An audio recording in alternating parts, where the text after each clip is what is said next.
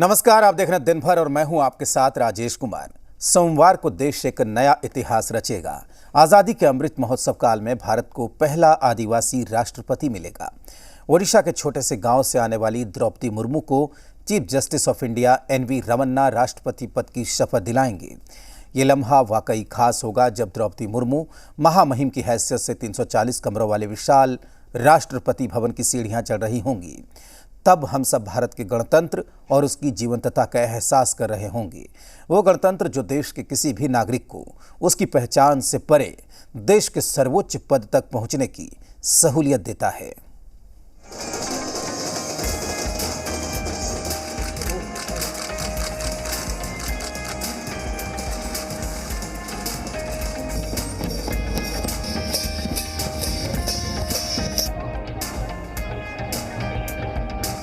कल का सूरज भारत के लिए नई आभा, नए ओज का प्रतीक होगा।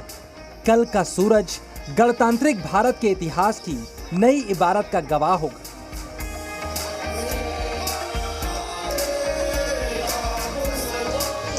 कल का दिन खास होगा क्योंकि कल भारतीय गणतंत्र को संविधान का नया संरक्षक मिलेगा। कल एक आदिवासी महिला इस देश के सर्वोच्च पद पर आसीन होंगी। वो पद जिसे भारत की लोकतांत्रिक ताकत का प्रतीक माना जाता है। उस पद के लिए कल ओडिशा के एक छोटे से गांव से आने वाली द्रौपदी मुर्मू को शपथ दिलाई जाएगी। भारत की आन बान और शान का प्रतीक है यह राष्ट्रपति भवन। दुनिया के किसी भी राष्ट्राध्यक्ष के आवास से बड़ा है, बेमिसाल है। आज 340 कमरों का ये विशाल आवास भले ही द्रौपदी मुर्मू के स्वागत के लिए सज गया हो, लेकिन द्रौपदी मुर्मू का बचपन जिस घर में बीता उसमें 2 पीढ़ियों के विस्तार के बाद भी 6 कमरे ही हैं।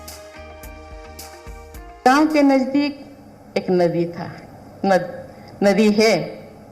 मेरे गांव के लोग नदी पार करके कोई भी चीज या स्कूल या कोई ऑफिस या कोई मार्केट या हॉस्पिटल जाते थे।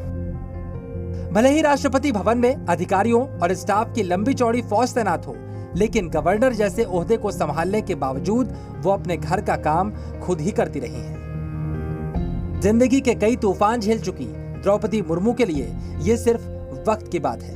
वो अपना कल ना तो भूली हैं, ना ही जिम्मेदारियां उन्हें भूलने देंगी। ये वो जिम्मेदारियां हैं जो मुर्मू को सियासत के साथ विरासत में मिली। ये जिम्मेदारियां हैं देश के पिछड़े वर्ग की, महिलाओं की और उन लाखों करोड़ों लोगों को हौसला देने की जो आज भी आसमान छूने के सपने देखते हैं, लेकिन उनके सपने रायसीना हिल्स तक पहुंच नहीं पाते। देश के लिए जो मैं कर पाऊंगी, मैं प्रयास करूंगी, क्योंकि मेरे आगे नहीं, कोई पीछे नहीं, मैं अकेले हूँ।